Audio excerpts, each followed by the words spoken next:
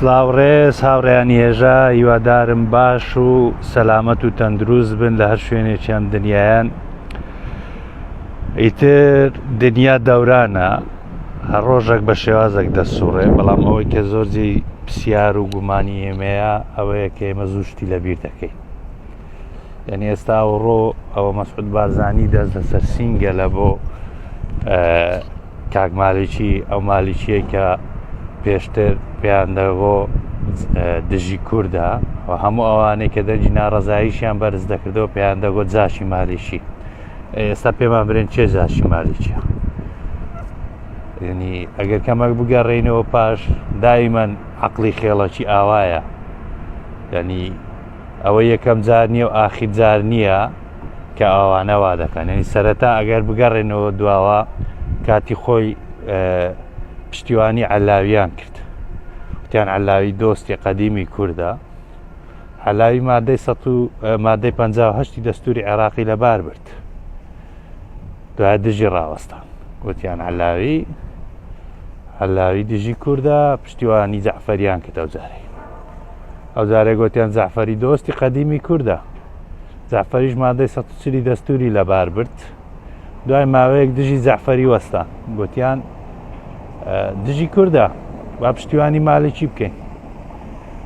پشتیوانی مالیکیان کرد، گوتیان دۆستی قەدیمی کووردە، وەخت خۆی لە کوردستان تەزبیعی فرۆشتیە، کاکە تەزبیعی فرۆشتیە و هەموو شتێکی بە کەیف خمە دەکا. دوای دووبارە گوتیان مالیکی موچە بوجەی خەڵکی کوردستانی بڕیە، دژی ڕاوەستان دۆر و زڕایەکیان لێدە. ئەوەی کە دەنجی ناڕەزاییشی بەرز کردباوە دەیانگۆ ئەوە جاشی مالیشیە. ئەو جە لە مالیکی هەر گەڕانەوە پشتیوانی عەبادیان کرد، گوتیان عەبادی دۆستی قەدیمی کووردە، نیوەی کوردستانی بە زەبری هێزداگیر کرد. دوای دژی ڕاوەستان، دوای ماوەیەک گوتیان کاکە عادل عەبدولمەهدی، بەس عادل عەبدولمەهدی دۆستە قەدیمەکەیە، ژمارەیەک وەزیری کردە. یعنی عادل عەبدولمەهدی چی کرد؟ نیوەی وەزیرەکانی کوردی کردە نیوە بە نیوە. دا دژی عادل عەبدولمەهدیش ڕاوەستان، وتیان دژی کووردە، پشتیوانی کازمیان کرد. کازمی دۆستی قەدیمی کووردە، کازمی خەریکە فەوجە خەفیفەکانی سەردەمی بەعزدا دەمەزرێنتەوە، کە دای مەزراندەوە نەک دادەمەزرێنتەوە.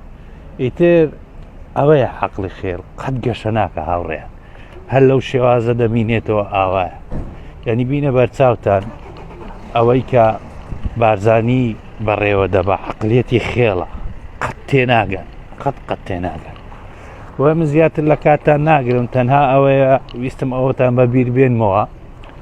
ئەوانەی دوورێ بەمەیان دەگوت جاشی مالیکی، دە ئێستا سەرۆکتان جاشی مالیکێت جەنا.